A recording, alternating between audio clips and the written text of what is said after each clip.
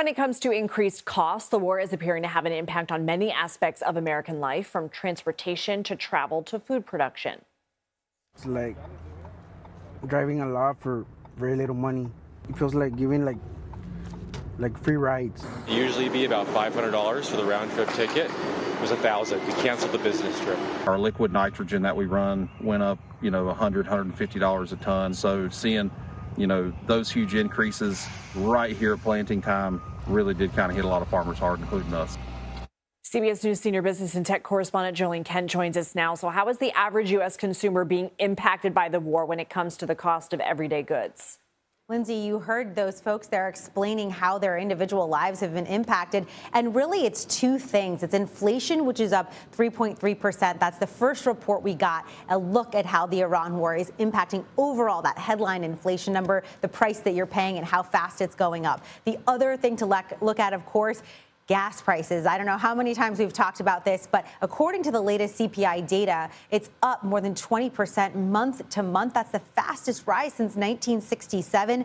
And in terms of everyday items of how much more you might be paying, we actually don't see a major increase just yet. But we do anticipate, according to economic analysis, that we could see that gas price trickle down when it comes to transporting of your goods, and that could eventually hit grocery prices in the next inflation report. So let's talk travel transportation. We heard about that guy in the airport saying it was usually a $500 ticket. Now it's $1,000. How are people reacting to increased fuel costs and these added surcharges?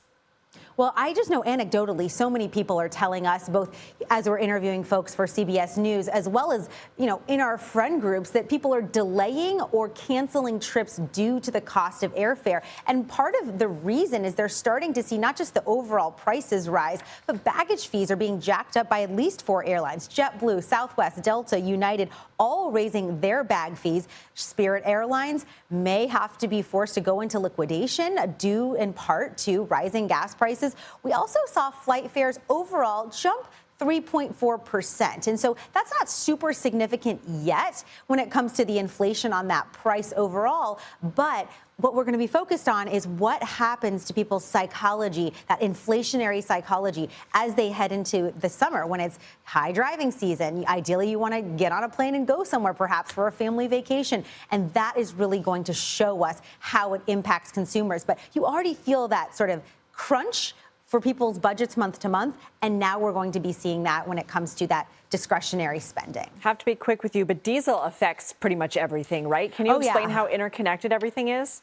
Yeah, basically diesel helps transport all the goods that you and I need at the grocery store and beyond. And so when that price spikes as it has, it is likely to impact prices. We also can't, forget the cost of fertilizer also going up. Those inputs really important for our farmers. You heard that farmer earlier talk about how that is driving up the cost of being able to grow and harvest items. So across the board, we expect to see in the coming month that data reflect the reality that so many of us are already feeling, whether it's at the checkout, especially at the gas pump, of course, Lindsay. Okay, Jo Ling Kent, thank you so much.